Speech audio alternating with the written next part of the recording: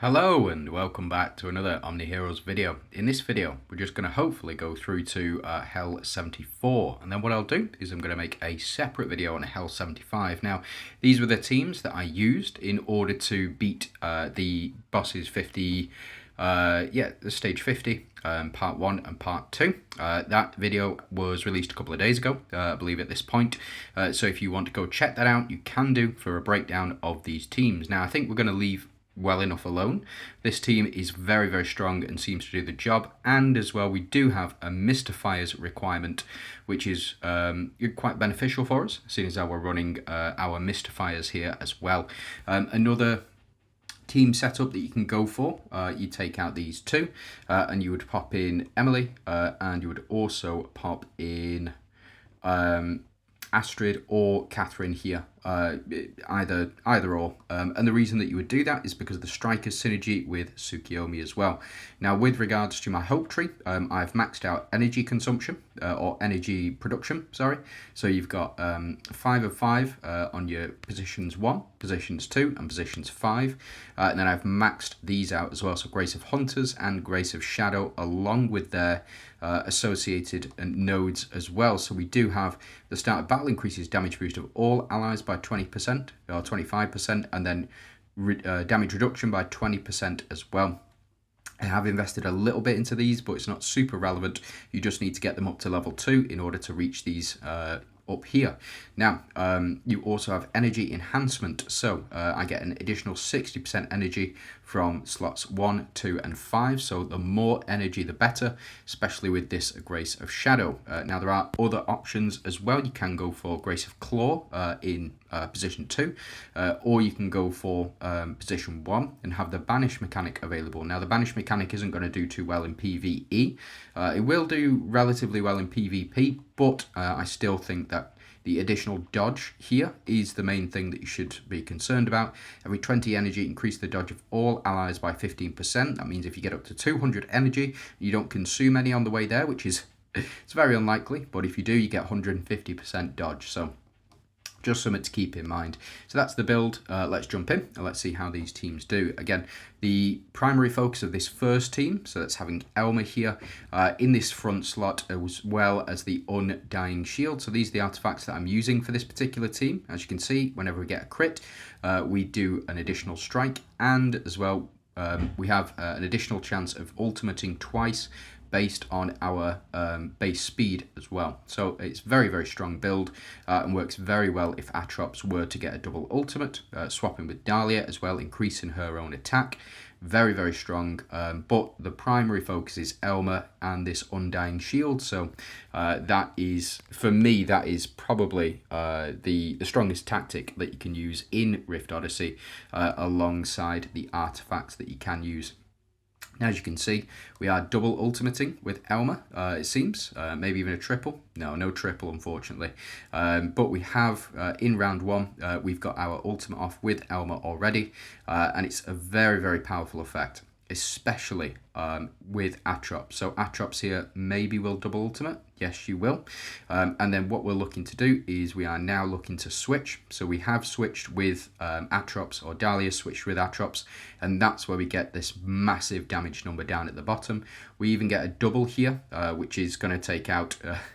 with splash damage, it's going to take out the enemy monarch. So not too much else to say about that. Elisha was there just for the HP and attack increases, and Ophelia was there every time we increase our HP, we also increase our attack as well. So this next team, Mystifiers, really basic team. We're just looking to survive for as long as possible.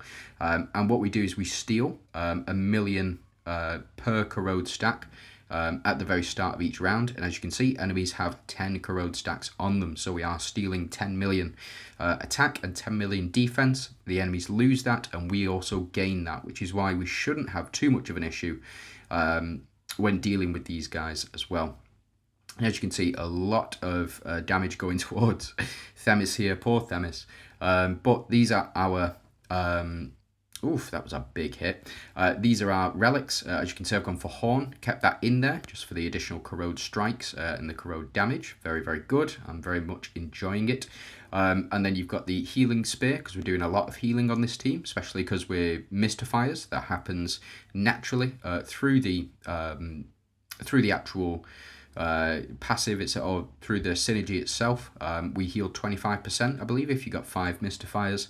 And we also have increases duration of debuffs applied in the sinful band. So effectively, we get double our money when we apply corrode stacks, specifically anyway, corrode stacks.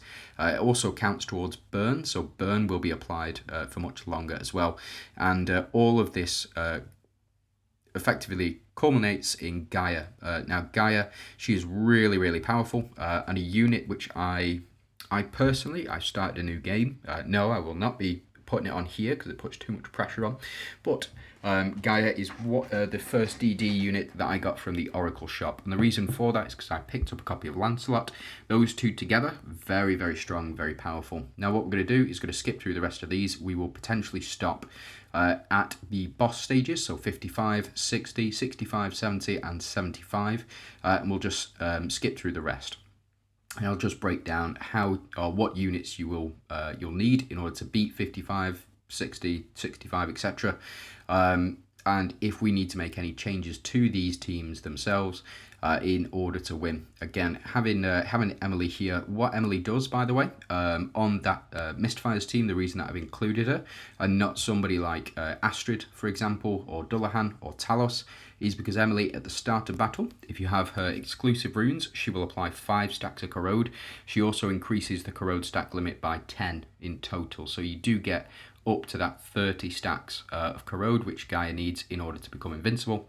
But it also allows for those 5 stacks of corrode to be applied. You also apply an additional 5 stacks of corrode with what do you call it on the field? With Gaia on the field, she will apply an additional stack of corrode per stack of corrode that you apply. A lot of corrode stacks. But that also contributes to Tsukiyomi. As you can see, we got up to 25 stacks for Gaia, and then we've just effectively doubled that as well. So we do start out the battle with 15% damage reduction. We start it out with an additional 10 million attack and 10 million defense as well, because Emily is on the team. If you take Emily off the team, it takes a lot longer for you to build up the corrodes required in order for Gaia to be truly, truly powerful, which is that 50 mark. Again, you're just looking for as many corrode stacks as possible on this team in particular to help out with Tsukiyomi, Gaia and Emily, as we see right there. Catherine, she does a lot of damage, and Mulan, she does a lot of damage, but again, it's not primarily what we're looking for. Is that the base damage or damage from ultimates, damage from active skills. We're more looking along the lines of damage from corrode. That's going to be our main source. So let's go ahead and skip through. Sorry, I think I skipped through 55 while I was chatting away, of course. But yeah, my apologies for that, but we'll just see. So we're up to 59. This next one, 60, shouldn't be too much of a challenge, I don't think, but we'll have a look, just see where we're up to. Bear with me. Sorry about that. The scream of my firstborn son seems to have permeated my room. He is fine. His sister was just beating him up, of course, as is always the way. You with sisters will probably know. So let's jump in. It is Persephone. In order to counter Persephone, you need to remove Fortitude. This can be done. So it applies Fortitude on the enemy with the lowest HP. You can use this through a number of different methods, primarily Lachesis or with the Celestial Synergy. What happens if one of your units dies, then basically you will purify all of the debuffs. That is how Hindrance is applied. So if you've ever seen Hindrance and you're wondering how that works, well, it's whenever you purify. So Lily and Leah purify, Ashlyn purify, Lachesis also purifies on her ultimate, and the Celestials also when a Celestial dies, or when a teammate dies and you have the Celestials, 2 Celestials in place, that is how you remove the Fortitude effect from the enemies.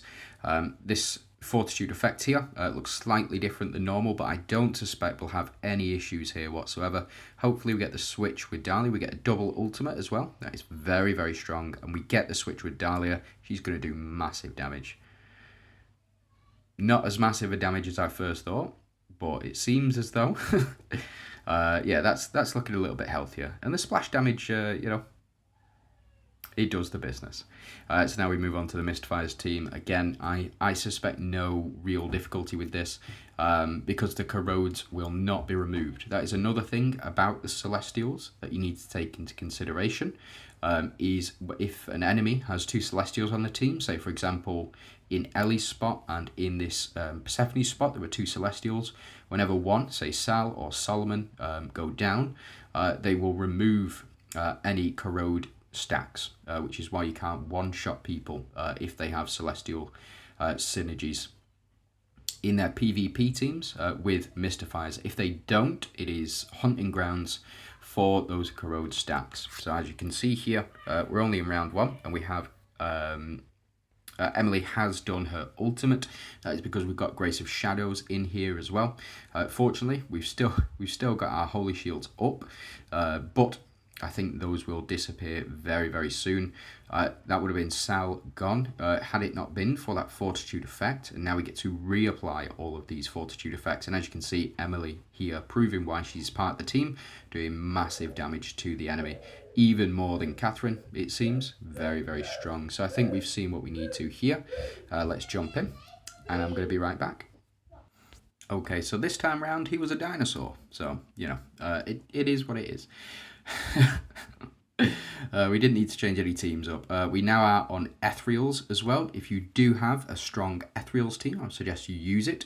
Let's take out these Mystifiers and let's build a strong Ethereals team. So we want to jump into Ethereals. We want you,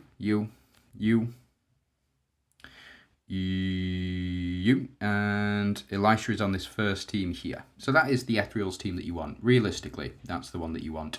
I will not be running it because I'm already running Elisha in this first team as well. But that is one of the Ethereals teams that you can run. Again, Catherine, Dorabella, by Sujem, still very relevant. But again, it's not something that we're really looking for. We'll go ahead and see how this second team does. If we do start to lose, then what we can do is just change out Emily and we change out Catherine on those teams, and we will put in Dullahan and Talos instead. So we can go ahead and skip through these. 61, round 2, not bad.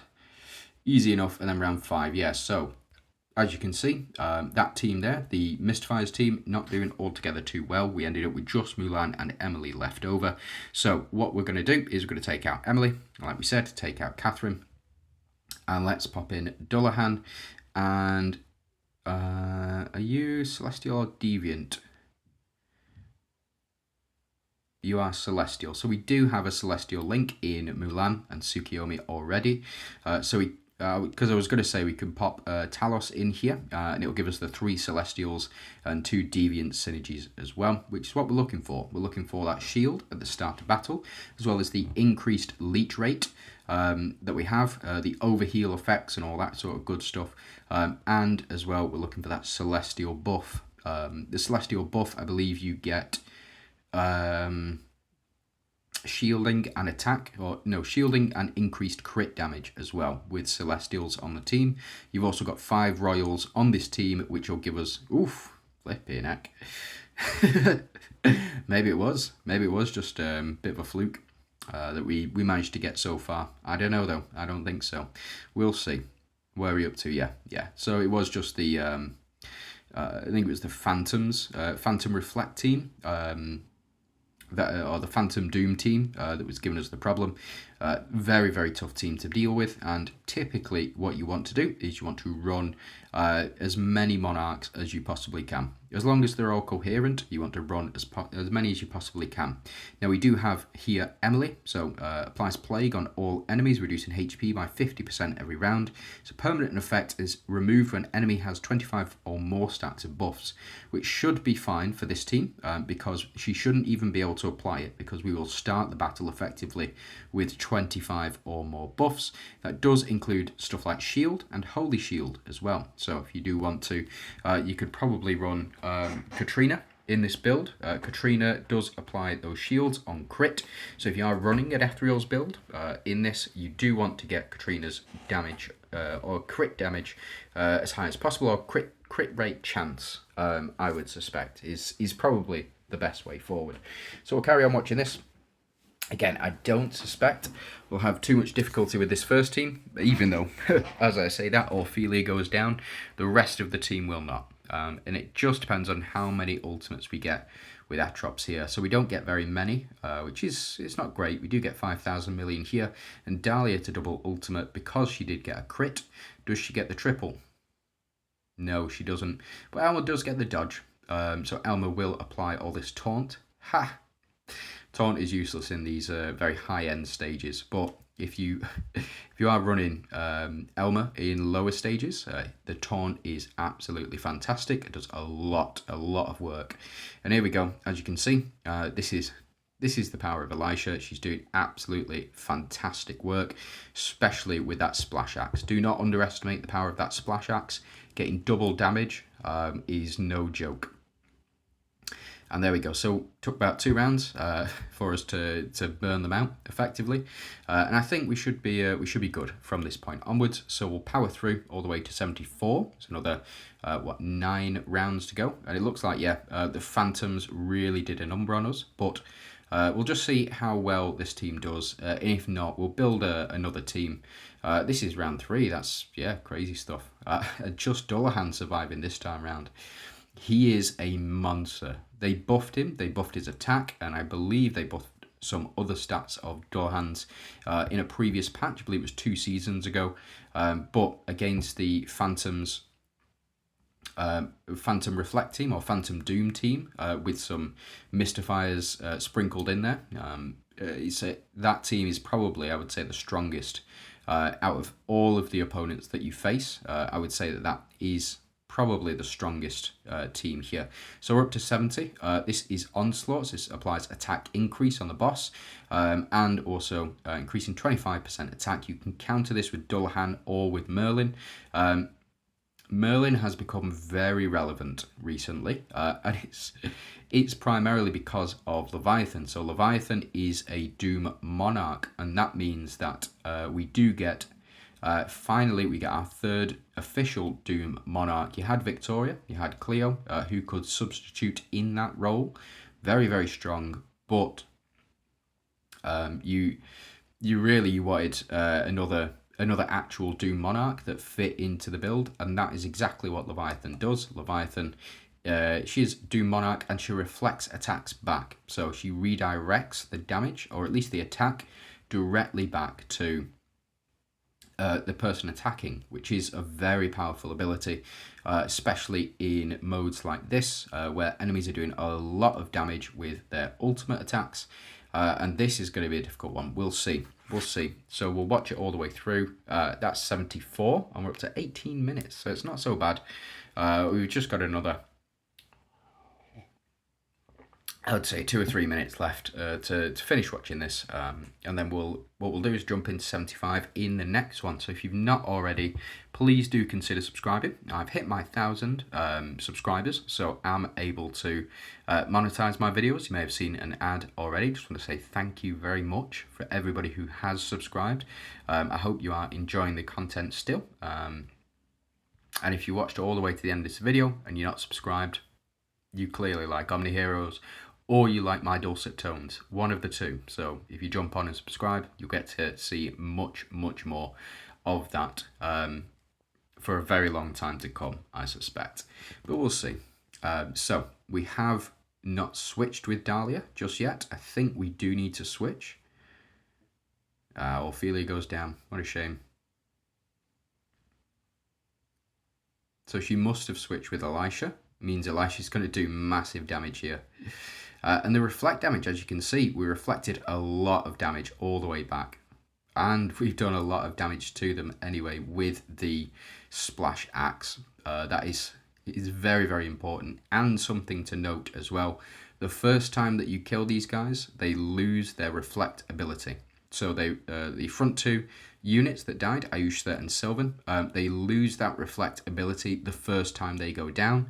So you're not taking nearly as much damage as you would be normally. So as you can see, Elmer, even though he's done a lot of damage, Oh, no splash axe on that one. Unfortunate. Any splash axe on this one? No, but we might get a clean sweep anyway. Yeah, they're all back. It is what it is. But we do get the dodge from Dahlia, so she'll be doing a lot of damage here, and the splash damage still kicking in there as well. Very, very strong. And that's it. So Franz 100% would have taken us down had it not been for our Undying Shield. Again, we're not really looking for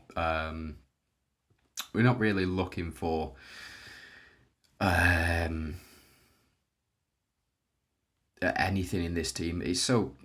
I think this team's really boring, if I'm honest. I do. I think this team is really, really boring. But again, I've been wrong in the past, so let me know what you guys think about this team, and about the other stuff that we've gone over in today's video as well. Yeah, just so boring. You just see the same things over and over and over again, and there is massive damage to be had, but it's all kind of RNG reliant within this team. The only consistent thing is the fact that you don't die in this team as well, which I do enjoy. You know, I think it's helped so many people get so much further than they probably should be. We get the switch here. This should be game over. Yeah, 83,000 million. That's not bad. And we even get a proc of Elmer's super, or Elmer's ultimate attack here as well. Dealing still 9,000. That's not bad. And then 118,000 million for Elisha there, taking the cake. Now on this one, it's going to be very difficult because, as mentioned, the crystals around these front two, they do go away, but also, so when these guys die, you also lose your corrode stacks on them as well. They don't come back with those corrode debuffs on, so you need to reapply those corrode debuffs. And just something that I wanted to mention as well, if we have a look here, we're only up to 25 stacks of corrode that have been applied. The reason for that is because Emily is not on the team, so she's not applying those 5 stacks of corrode to the enemies at the start of battle, which means that we don't get up to our 50 procs. So we do kind of lose out there. Potentially, what you would do is you'd take out Talos on this team, and you would pop in... Ooh.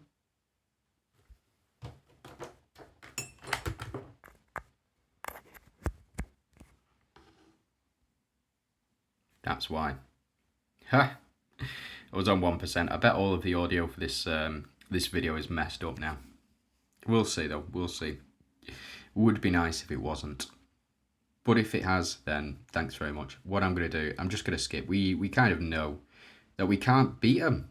Oof, painful. So what we'll do is we're going to take out Talos, and we're going to jump in and pop Emily in. Where have you gone? There you are. Spot on. Pop Tsukiyomi in this front slot, and we'll see whether or not we can go ahead and beat them here. There we go. And Dullahan for the win once again. Thanks very much for watching. Hope you have a fantastic day.